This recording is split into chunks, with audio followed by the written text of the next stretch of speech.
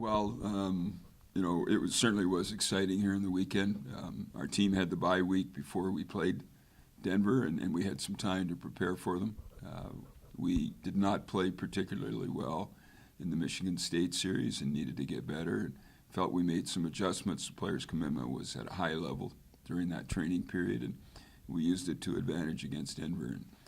And, number one team in the country. We're undefeated coming in here, just beating Boston College and Boston University.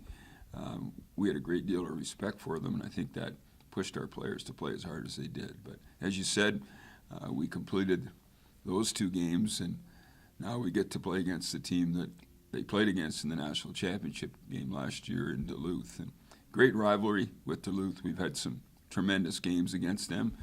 We've performed well in their building as well, and they've won here too. So just another tough series. They're kind of under a similar situation where they lost a lot due to graduation or players going pro early. What have you seen from their team so far this year? Well, it's really interesting. Obviously, they were beaten by the now number one team, St. Cloud, last weekend, lost both games, but they were missing 5 key players, just some injuries. We believe those players will be back in their lineup this weekend. We've been focusing a lot on the games that they played early in the year when they had their full lineup, but certainly beat the University of Minnesota in a very solid game from their team. So, a Scott Sandlin coach team is always well prepared. They're going to compete physically. They're going to play the game the right way, and it's a real challenge for us to match up against them. They lost players, but what they've done is they've done a tremendous job of recruiting northern Minnesota hockey players that really believe in that program, and even though they may be freshmen, they've got some quality young guys. Andy, you just played a Denver team that prides itself on speed, but I thought watching both games that your team was right there with them speed-wise. Well, we think, as we talked about during the summer, that with our new recruits and the players that we had returning, that we have emphasized speed in our recruitment process. It's one thing that we really look for, speed, high compete level, and hockey sense. And, we can get up and down the ice. Obviously, Denver plays at a very elite pace, and we certainly match that. And obviously, we're going to play another team this weekend that can get up and down the ice very quickly. You scored 13 goals in the weekend, and you had one defenseman who had 5 assists, Corey Schooneman. Talk about his game. Well, I thought Corey Schooneman had as good a weekend as he's had during his time here at Western, and Corey's been a very good player for our program.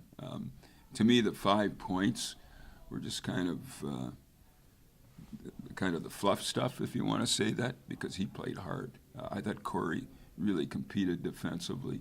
His stick movement, his defensive stick was really good. He was very solid at both ends of the rink, and it was nice to see him be rewarded and to be recognized as a defenseman of the weekend here in the NCHC. There's a lot of quality defensemen in the NCHC, and for Corey to be recognized is special. And Wade Allison had been on a little bit of a scoring drought there and kind of unloaded this weekend. Wade is a dangerous player, and it showed. Well, Wade is one of those players, when he continues to shoot the puck's going to go in for him. He may be a guy that a few games it doesn't go in, but as long as you keep shooting, and with his talent level, his shot, he has the ability to create a chance on every rush, and every time it's on his stick in the slot, he's got the ability to put it behind the goaltender. His line mates helped him out, and he's a great finisher, no question about, a very talented player. And you played 2 goaltenders in each game. How did you break that down afterwards, after watching the game tapes? Well, we certainly didn't go into the weekend with the plan to play both goalies both nights. That's usually not a recipe for success when you're having to pull your goaltender. It was a matter on Friday night, and Ben would be the first one to admit that he could be better. We were down. We were not playing particularly well.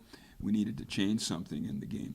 On Saturday night, Austin Kane came in on Friday, got the job done for us, deserved the opportunity to start. He's had a solid training camp and deserved the start there after his performance on Friday. Our team actually played a really strong first period. We were down 2-0, but I believe they had 2 goals on 7 or 8 shots, and we just felt that after we got down 3-0, we needed to change something again. We just couldn't allow that to continue to happen in the game, send a bit of a spark to our team. We changed goalies, and you shouldn't need that to find a way to be successful, but we changed our goalies. Ben went in and played very well. So a couple of interesting scenarios there is that, Ben did not perform well on Friday, and he's been tremendous for us during his time here.